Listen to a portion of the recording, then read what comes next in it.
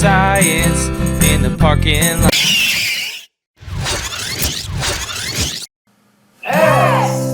SCIENCE. Doing science during quarantine. We're learning from home while social distancing. We'll try some more. Parking lot science, in the kitchen science, backyard science, garage science, wherever you're at, it's time to explore. We're going to teach you how to create rock candy. And if you've never heard of rock candy, I learned to eat it in Cape May, where she was born, and where we went to visit our grandparents, and we would walk the boardwalk and go in the candy store, and we could buy rock candy pretty cheap, and it lasted a long time because it was like a rock. Anyway, we're going to teach you, and what we want you to think about is what is happening, what's the chemical reaction, what is the sugar going into, and then what is it becoming. And think of your science classes in 2nd grade, 3rd grade, all the grades. You talk about these things. So the first thing you need to have is your ingredients. You need a large pot. You need 4 cups of water. Can you see it? You need a lot of sugar, like almost this whole bag. It can take up to 10 cups of sugar. So watch Miss Sterling when she's doing it, and how long she keeps adding sugar. You need Kool-Aid packets, and you can pick the flavors that you want depending on how many jars you have. If you're gonna do a whole pot, you wanna have more than 1 jar. But Kool-Aid is what's going to be the flavor and also the color. All right, you need bamboo skewers, and this whole package of 100 was about $3 at Walmart. And you need to soak them for at least up to an hour. And then once you have soaked them and done your solution, you're going to use a clothespin. You're going to use a clothespin on the tight circle groove in here, not the big fat one, because it will slide right through. And that is because the skewer has to sit in the solution without touching the jar. And thank you, Latte, for adding your 2 cents. I know. Okay, so I used a brownie, take her out, a brownie pan for the skewers to soak. And I used this medium-sized mason jar, but depending on what jars you have, you can fill them up, you know, smaller ones and then bigger ones, and see what happens with that. All right, I think I've covered all of it. I'm going to go ahead and toss this to Miss Sterling so she can show you the steps. Thank you, Mrs. Martin. So this is the jar you guys are going to be using. If you can see, I've got green apple, berry cherry, lemonade, and blue raspberry. Those are the flavors that I want to use because my boys love green, red, and blue. So if you look, our skewers have been soaking now for an hour, and you're gonna notice that they're wet up here and they're saturated down at the bottom, but the most important thing is when you're putting the sugar on, you don't want to coat it all the way to the top. So you're going to really coat this whole thing and kind of squish it around there. There you go. And I can use a spoon too. So yeah, so you don't want to get it all the way on the top. You just want it coated enough to where your rock candy starts forming. Which, that really reminds me, Mrs. Goins, why do you think that the rock candy coats like this? Well, she's going to answer that question in just a little bit.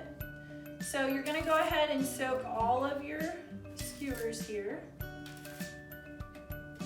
Really saturate them with the sugar. Okay. See how my cousin Ryan is helping me video. Ryan, come in here and show them how to really coat these. And I'll do the other ones in a minute. So see how that's really coated on? I've got several thick layers on there. The more sugar you can get to stick on there, the better. So we're gonna let those dry. You wanna make sure that those dry fully before you submerge them into water. So we're gonna do the second step. So come on over here Mr. Ryan. So this is equivalent to 4 cups of water. I went ahead and put it in a mason jar so it's easier to pour in. So you're gonna go ahead and you're gonna pour in your water into your big pot, like Mrs. Martin said that we needed. And we're gonna go ahead and we're gonna turn it on to medium heat. Now, come closer. You're gonna notice that if you kind of put your hand like this, the water is gonna begin getting warm. And so we're gonna give it just a minute, and then we're gonna go ahead and we're gonna start adding our sugar. And just like you guys have learned all throughout, is that we are making sure that we fully saturate the water with sugar, okay? So I have my whisk here, I have my cup, and I'm gonna go ahead and start adding in my sugar. While I do that, I'm gonna make sure that I stir it. And again, this is supposed to be happening as it's warming up, okay? So don't start boiling your water first and then putting in, otherwise the solution won't fully come out. So we're gonna go ahead and add some more. And one of the things that we learned is that it's gonna take you anywhere from 10 to 12 cups of sugar, okay? So just gonna keep adding that in here. All right, this is the 10th cup. Go ahead and zoom in on this. This is the consistency that you're looking for. The water is completely saturated with the sugar. You're starting to see a little bit of a chemical reaction take place. All right, and now we want it to boil. So we're gonna turn it up just a little bit more.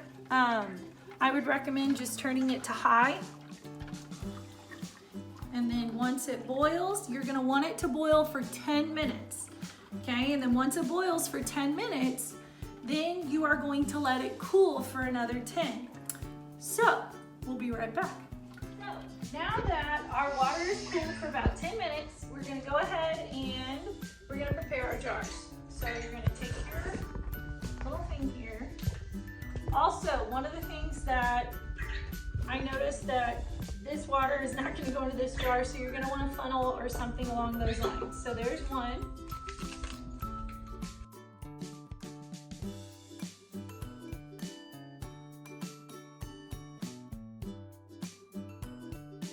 You got all of yours in your jars. Now, what you're gonna do is you're gonna place your funnel inside. The water is not going to be super cool, so you're gonna want to put on some oven mitts when you do this.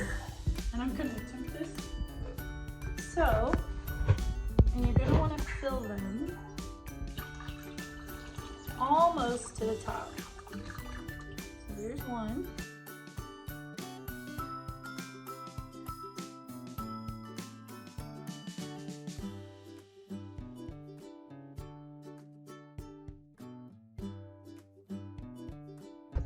So, there are, and I can put just a little bit more water into this one. Now, as you notice, the solution is starting to mix with it. And what you're gonna wanna do is you're gonna wanna take your spoon and you're gonna quickly, until it completely dissolves. You don't wanna see any of the Kool-Aid mixture, okay? All right, so now that you've got those all mixed, the most important thing at this point is you're gonna want them to cool to room temperature. So if you were to feel this right now, it's still very, very warm. So we're gonna let that cool. It's probably gonna take it about maybe 5 minutes. Okay, so you are going to, now that your skewers are dry, the water, your mixture, I should say, is gonna be room temperature, okay? And just like Mrs. Martin said, can you zoom in on this? You're going to put it in the middle part of your, what is that called? Clothespin. And then you're going to let it set just like that. We're gonna go ahead and do the rest of them. And being that this one is a little bit smaller, I'm gonna have to move down just a smidge. But the most important thing is that they are floating and they are not touching the bottom. There we go. All right, boys and girls, Miss Sterling just gave us her blue Kool-Aid solution.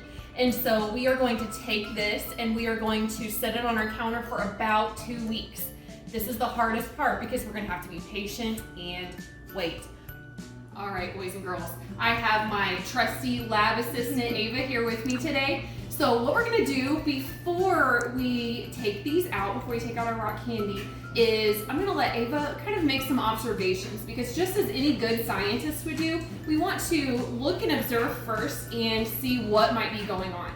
All right, Ava, I want you to look in our 3 jars, and what do you notice?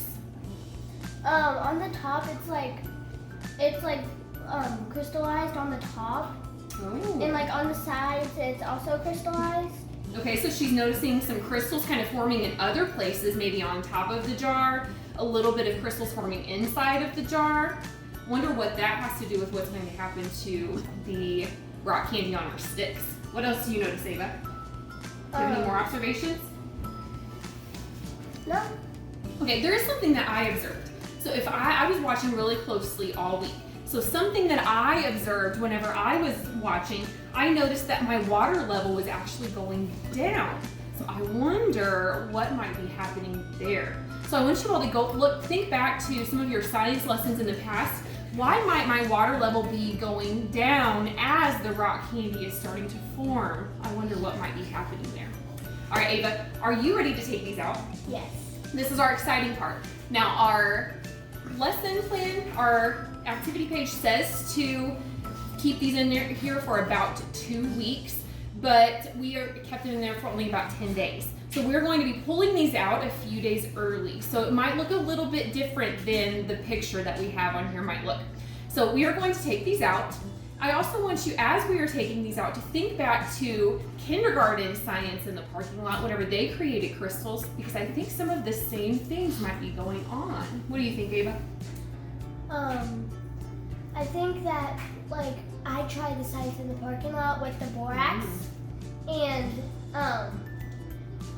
like the borax is similar to the sugar, but the sugar is like edible. Oh, so we just made one that was it edible this time.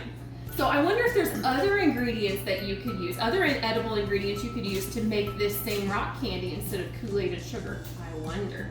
All right, we're gonna start off with our smallest jar. So I didn't have any big jars, so I used 1 small jar, and then I actually had to use 2 spaghetti jars. So if you don't have any big jars at home and your parents have spaghetti jars or anything like that, you can rinse those out really good and just use those instead. All right, Ava, I want you to pull out the yellow. Let's see what this one turned out like. This one. Ooh. If you look really closely, you can tell that we actually have some tiny crystals forming. Remember, we did take this out a few days early, so the crystals would probably get a little bit bigger if we would have left it in there longer, but we did. It was a success. We have some crystals growing on this yellow one. Okay, we have a couple of bigger ones. Let's see if they look the same or if they're different. All right, let's take out the blue one. This Ooh, one's a look at lot our blue bigger. one. This one's a lot bigger, and it still has like, and it's still like crystallized. Ooh, if you look closely on this one too, there's a lot of liquid. We're gonna let that dry, but if you look really closely, you will see those crystals from our rock candy. Isn't that so cool? Okay, we'll do one more. Let's look at our red one. See what it turned out like. It's pretty similar to the blue. All right, again, there's a lot of liquid on here, but if we let the liquid kind of dry off, you will see some of those small crystals that formed on there. All right, we are going to let this dry for a few minutes, and then we will come back with our final results.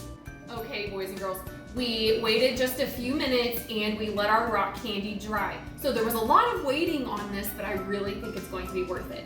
I'm going to show our crystals closer to the camera because they turned out so cool. Even though we took it out just a little bit early, I want you to look and see if you can really see some of those awesome, cool crystals that we had.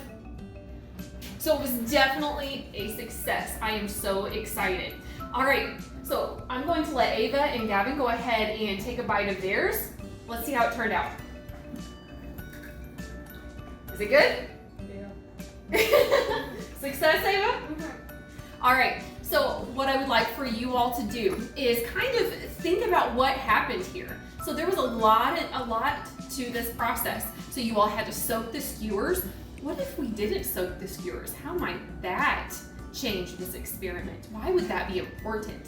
Also, why was the temperature of the water so important? I know that Miss Sterling had to heat it up really hot, and then we had to wait for it to cool down all the way. So think back to your science that you've done before. Why might that be important, and how might it change if we changed up the temperature a little bit?